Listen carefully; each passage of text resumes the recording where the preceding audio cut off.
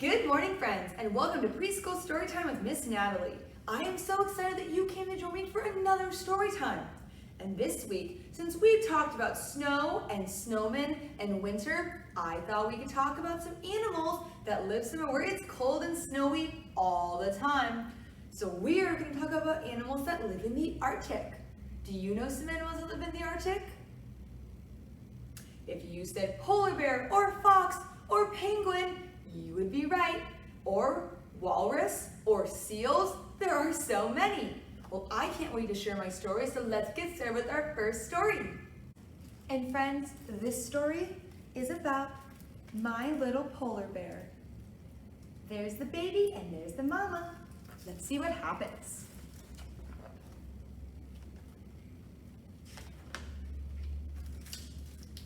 Am I a polar bear? Yes, little one, you are a polar bear. But how do you know? You were born in the Arctic, where polar bears have lived for a long, long time. Your fur is white as the snow, just like a polar bear's. Your feet are large and padded.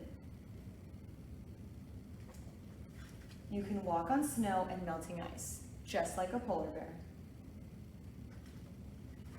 You smell seals from far away. Polar bears have very good noses. And you are a good swimmer. Uh-oh, polar bear's falling behind mama. And it's starting to snow. Oh, but you can find your way in heavy snowstorms. Good thing he's a polar bear. But I slip on melting ice, I can't catch a seal, I don't swim well, and I almost got lost in the snowstorm, Mama. Don't worry, little one, I will stay with you, and I will teach you what polar bears need to know. She's got a very good mama. There is one thing I already know. What is that? What do you think he knows? That you love me. Yes, my little polar bear, I love you. Oh, well, that was such a sweet book. That mama polar bear sure made sure that her baby knew how special he was. And that even though he's not good at all the things big polar bears are good at, he's gonna learn, just like you're gonna learn how to be a grown-up, just like your grown-ups are. Friends, we're gonna sing a song now about an animal that swims in the water, has a yellow beak, waddles around, and is black and white. Do you know what animal I'm talking about? That's right, we're gonna sing about a penguin. Are you ready? Let's count to 3. 1, 2, 3. I'm a little penguin, black and white. I waddle to my left and I waddle to my right. When I'm feeling hungry, splash and splish, I jump in the water and catch a fish. Good job, friends. Do you want to sing it one more time? Okay, ready? I'm a little penguin, black and white. I waddle to my left and I waddle to my right. When I'm feeling hungry, splash and splish, I jump in the water and catch a fish. Good job, friends. Friends, have any of you ever seen a penguin at the zoo? I know I have. Now, have you ever seen a penguin wearing a sweater? You haven't? Well, guess what? In this book, we're going to find out if penguins wear sweaters. This book is called Penguins Don't Wear Sweaters. So maybe they don't, but let's read it and find out.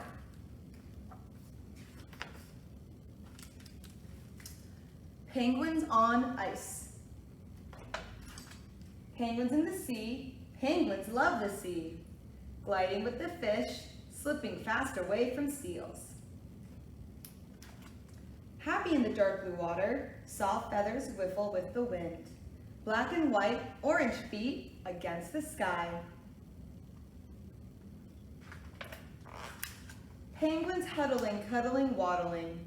Penguins doing penguin things, diving deep. No sweater so far. But what is this? Something is floating in the water. I wonder what it is. Do you know what it is? Dark, gooey, oily, slick. Across the surface of the water, oil pools in inky puddles. Uh-oh, that boat is leaking oil. I don't think the penguins like oil very much. Penguins can't live in this. It coats around bodies with goo. It makes sleek feathers stay sticky and wet. It smells and tastes funny. Not nice like fish. Not good like salt and sun. Help! Penguins can't swim in this. Can't swim, can't fish, can't soak up the sun. Uh-oh. No sweaters yet, though. Now what? Big boots are coming. Many boots, big boots by the water's edge, looking at the greasy water, at the cold, greasy penguins. Those poor penguins. Penguins need sweaters, Big Boots yell. Sweaters might keep round bodies safe and warm. Sweaters might help keep penguins the way penguins need to be. Do you think sweaters are going to help the penguins? Big Boots everywhere knit sweaters. They hurry and knit and send them to the poor, oily penguins. Well, that's sure nice of them. But penguins don't wear sweaters. Only now they do. Big Boots bring sweaters all kinds. Orange like penguin feet, yellow like the sun, blue like the sky. Some are knit in straight even rows. Some are more wobbly. Look at you, penguin, wearing a sweater. Well, they sure look cute in their sweaters, don't they? I hope they're getting warmer. Sweaters cover black and white suits. Sweaters are warm as the sun, almost. A little itchy though. See, sometimes penguins do wear sweaters. They pose for pictures because Big Boots went to all that trouble. Look at them posing for pictures. When the cameras go away, penguins slip out of their sweaters. Helpful hands and soapy suds wash away oil and goo. Those are some nice looking baths they've got.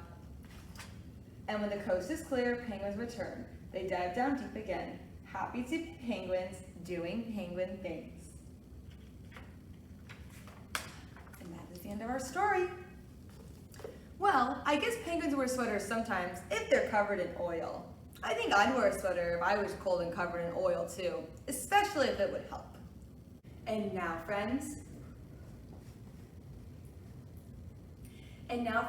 it is time for us to learn our yoga pose of the week. Since we just read a book about penguins, I thought that we could learn how to become penguins. Have you ever been a penguin before? I didn't think so. Are you ready to learn how to be one? Awesome. If you're not standing up, I need you to stand on up because penguins don't sit down. So we're gonna stand and we're gonna stamp our feet into the ground. Now, you are gonna take your hands and you are going to put them on your hips. And then you're gonna take your feet and you're gonna turn your feet out to the side so they are facing away from each other. So they're gonna look like this. And then you can be a penguin with his flippers up or down by your side and you're gonna waddle. You waddle in a circle, just like me. Very good. Can you waddle forwards? It's kind of hard. How about backwards? And then when you're ready to be a person again, you're gonna clap your hands, you're gonna jump, and you're gonna sit on down for our last story. Good job, friends. I can't wait for our last story, so let's get going. And this book, friends, is about a little wolf that needs to find a way home. And this is called The Way Home for Wolf. I think he's just a baby wolf.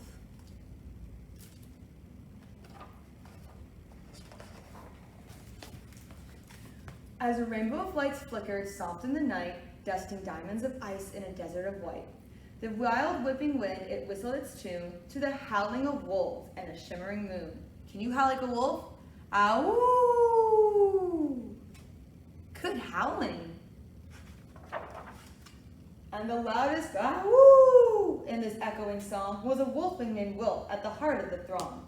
He loved to be fierce and longed to be grown. He liked to try everything all on his own. Look at me, I am big, I am tough, he would growl, while he showed off his strength and practiced his prowl. "Let's go," shouted Wolf. "I'm ready to lead." "You're too small," laughed the wolves. "It's an elder we need." One day they advised, "You will guide from the front." "I suppose," muttered Wolf with a huff and a grunt.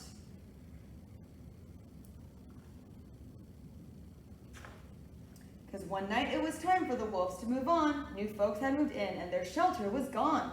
So they left right away to find a new cave. They would have to walk far and they'd have to be brave. They struggled through snow as high as their flanks. That's kind of like the top of a wolf's leg. And leapt over rocks as they scaled icy banks. Wolf gave his all to keep pace and keep up, but as strong-willed he was still just a pup. He kept dropping back with each clamor and climb as the pack journeyed further away all the time. Exhausted and breathless, he strayed off the track, and when a blizzard blew in, do you see him there? He looks kind of cold. And he lost his way back. Uh-oh. Wolf longed to howl help and to holler it loud, but his throat was too hoarse and his heart was too proud. He lay on the tundra, his tail curled up tight. A blanket of stars was his bed for the night. Until... crack went the ice, crack and creak. Wolf jumped to all fours with a deafening shriek. He stuck out the claws on every limb he had to hold on because wolflings couldn't swim. Then he fell, rolling and spinning. It felt like the end, but it was just the beginning. He must be scared. Since somebody down there had heeded his scream, and she swooped from beneath like a watery dream. "I'll help you," she called. "Just reach for my horn. A majestic and magical sea unicorn." Wolf's pride washed away, and he stretched out a paw as she lifted him gently back onto the shore. "Oh, don't worry," she sung before dipping her brow. "My friend Mr. Walrus will help you out now." And there right behind him, a huge husky fellow lifted his whiskers and let out a bellow. "To the ridge," he proclaimed with his chin in the air. "My friend mighty muskox will take you from there." And a whoppings of fish and a very loud snort, their journey was made and their travel seemed short. And there, sure enough, on the ridge was the ox, who took Wolf as far as his friend Arctic Fox, who followed his nose through trees to a goose, who guided him honking to this ancient moose. The moose knew these wilds like no other soul. He was steady and true in pursuit of their goal. And as twilight closed in, Moose sang out a call to a fluttering tiny puffball. A bear moth, who showed Wolf the rest of the way to the place where this wolfling most wanted to stay. "Thank you," Wolf waved as he rejoined his pack, and the wolves howled with joy that their wolfling was back. They huddled him in and cuddled him close, and fussed over which wolf had missed him the most. Wolf, he knew then, that was all come together. The darkest of times are easy to weather. He bowed to the narwhal, ox, walrus, and goose, and bowed to the fox and the moth and the moose. If I ever meet one who's straight off their track, I'll help them along by guiding them back. And true to his word, Wolf was different now, and his world seemed much smaller and warmer somehow. Since wherever life takes you, wherever you roam, we're all just a handful of friendships from home. That was a really great book. It was so nice how those animals helped Wolf find his family again. Do you think if you found someone that needed help finding their family, you would help them? Friends, thank you so much for being such good listeners for our story time. Once again, I hope you enjoyed learning how to become a penguin in yoga, reading all of our fun stories, and singing our fun song. I can't wait for next week. We are going to talk about a magical animal that flies around and breathes fire. Do you know what animal I'm talking about? Well, if you don't, you'll have to come back next week. And if you do, you should come anyways, because we're going to have some fun stories. I hope you have a really great Friday, and I will see you next time. Bye!